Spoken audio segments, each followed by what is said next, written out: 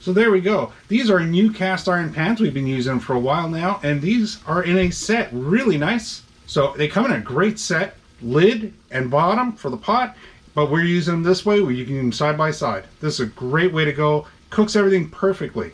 So there we go. That's our 8 to 9 inch actually cast iron pan. Part of a set. We use it for making pizza. This is awesome. I'm going to slide this off onto our actual cutting board now. So with the cast iron, it makes life so much easier. You can cook your pizza. It depends on how you like it. I like it dark on the bottom and I like it crispy. I'll actually put my cast iron preheated and actually do everything on the oven first when I start, which makes it really nice. I get to push it back.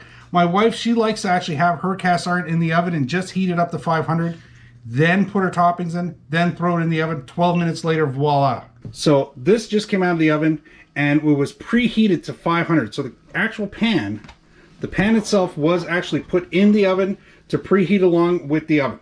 So this way the pan got up to 500. So now this one was actually then added the pizza dough, added all the toppings that we wanted on it, and there you go. It makes a beautiful 8 to 9 inch pizza. And now we're gonna set it out and show you how nice the actual bottom and the crust and everything looks. All right, so here we are with our second pizza now. And this time, this is an 8 to 9 inch pizza. This again, like I was saying earlier, I have my pizza and then my wife has her pizza, and this is her pizza. So she preheated her cast iron, where I actually do mine on the stove first and then do it. Normally I don't take the pizza out like that, but I'm doing that just to make it as easy as possible for camera. So